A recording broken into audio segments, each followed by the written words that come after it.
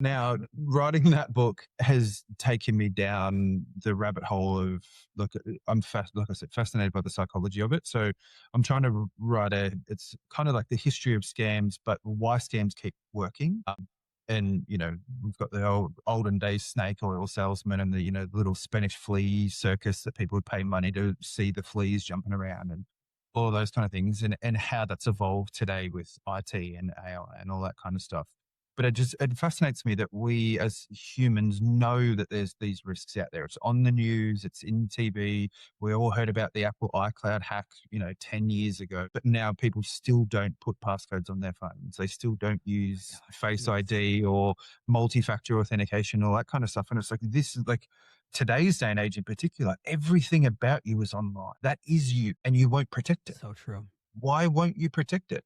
And this, it won't happen to me mentality is wild to me. Do you think that's the thing that most consumers get wrong, is that they just think it won't happen to me? Like, I'm just, look at me. I'm just one guy in Utah. It won't happen to me. Is that the error? 100%. This is a conversation I actually had with my mother-in-law recently. She's like, I'm just an old pensioner. Why does somebody want me? And I said to her, it's not about you.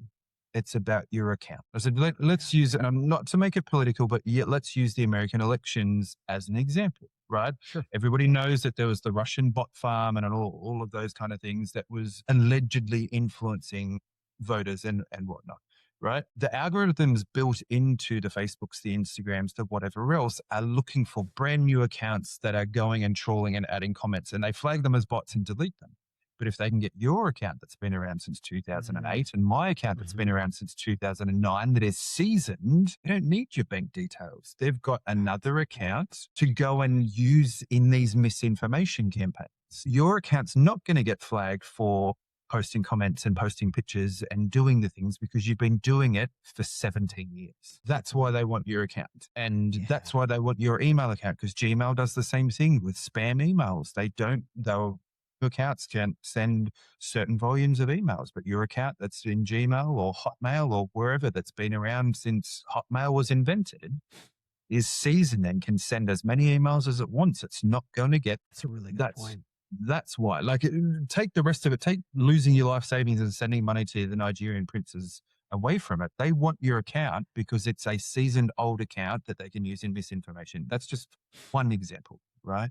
I've never thought about that. That's a great point. It's like your email account has like a good credit score effectively. Yeah, exactly. Right. And so everyone's like, it's a social interaction score. Yeah. And that actually exists. So like, because my account's been around for a long time, like people who, I don't know, like mail servers know that this is legitimate. And so they'll accept it. Yeah. It's baked into their algorithms, right? Like they've got security algorithms running on their side. Microsoft has the same with Azure and stuff, right? Like they monitor the infrastructure that we've deployed, we being customers of Microsoft, have deployed to make sure that this is a known normal pattern of behavior. So it's used to the servers being pinged at 3:00 in the morning of people trying to buy whatever. So an uptick in that slowly over a period of weeks won't raise a flag, but a brand new thing getting spun up and sending X amount of stuff at 3:00 on a Saturday morning is bad. So that one's going to get nuked, but the old ones won't. That's fascinating. I had no idea that was a thing. So look, this is random, but like, here's what I'm thinking immediately. Like if you were, if you were a bad guy in cybersecurity, why wouldn't you just like, I think I know the answer here, but I'm going to ask anyway. I'm thinking if I wanted to set something like this up, why wouldn't I just, play a long game effectively, like sign up for a bunch of emails, start seasoning them slowly. And in 5 years, you could have, 100,000 of all these emails that you have. Is that a thing that people do? They do that too. They do that too, right? So but there's the economy of scale, right? Sure.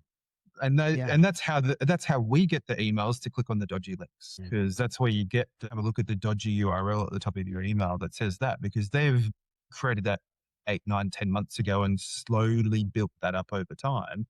Then the more what you're saying. Okay. Yeah. But the more people like us that they can get compromised by clicking on those links and, installing the malware and whatever else, then that's shortcut. So that's 10 emails that they've salted for 8 or 9 months to season those ones, then win 5,000 and all of a sudden it's paid off. That's cool. That makes sense. Thank you for that. Are you, as a side note, you mentioned you're still a Microsoft guy. I still am too. Do you use, and I can cut this out if you don't want this on the public record of it, but do you still use Windows Defender as your main security system? Yep. Or do you use something else? Really? It's the Yeah. okay. I've Yep.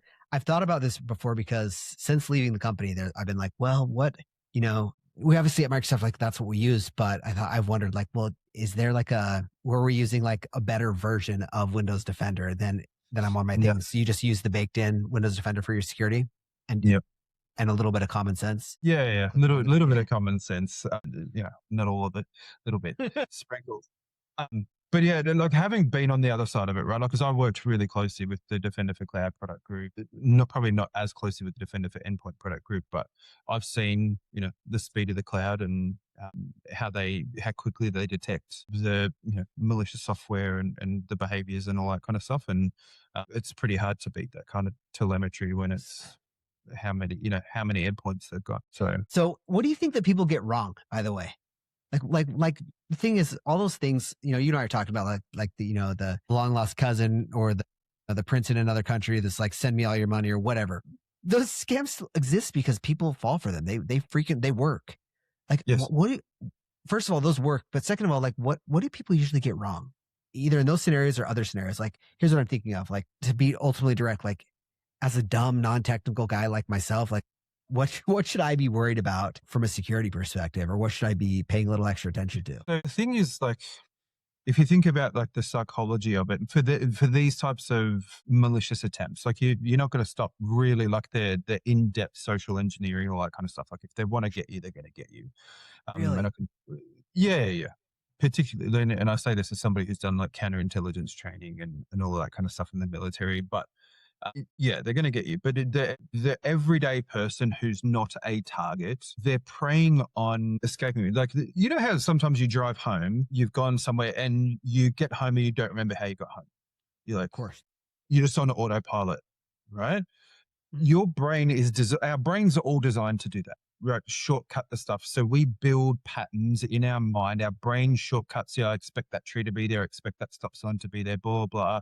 So it just happens in your brain. That's why when you drive somewhere or you travel somewhere you've never been before, you're exhausted because your brain is constantly computing and picking stuff up. Mhm. Right? Psychology, it's Yeah, good proven point. fact. Right?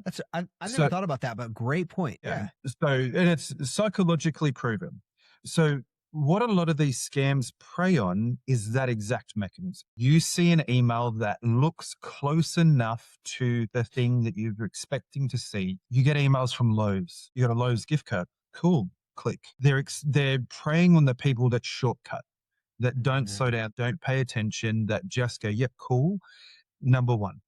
Number two, it's that whole sort of sense of urgency thing. You have to action now or you'll lose your account. Action now or this fine will happen. Action now. And they're preying on 99% of people are good people and they don't want to get in trouble. They don't want to lose access to X. So they're going to click the link because they think that's the right thing to do. Whereas, if we've been around in IT, even if you're not a technologist, if you've been around in IT long enough, nothing good ever happens in an email. Do you know what I mean? What do you tell me what you mean by that? Nothing good ever happens in an email. Well, let's talk about our layoffs. There's a call. Yeah, fair enough. Yeah. If you're going to get a promotion at work, it's a call. If you're going to get offered a job, they will call you and say, we're going to send you an offer. Fair enough. Like nothing Yeah, ever if you're happens. I see what you're saying. Yeah. So if you actually got the good news that you're like, hey, you actually won this gift card or whatever it is from Lowe's, like you said, that's not coming in an email. Yeah, That's a good point. 90% of the time, you'll get a phone call first saying, congratulations, blah, blah, blah. We are going to send you an email. That's a really good It's point. It's like a multi-factor thing, right? And Yeah. check your spam mail because it's going to come from this address and it may not go to your thing, blah, blah, blah. You will get forewarning that the thing is going to occur. They're Yeah. not just going to email you, you've won $250 million. Click on this link to collect it. That's a really good point.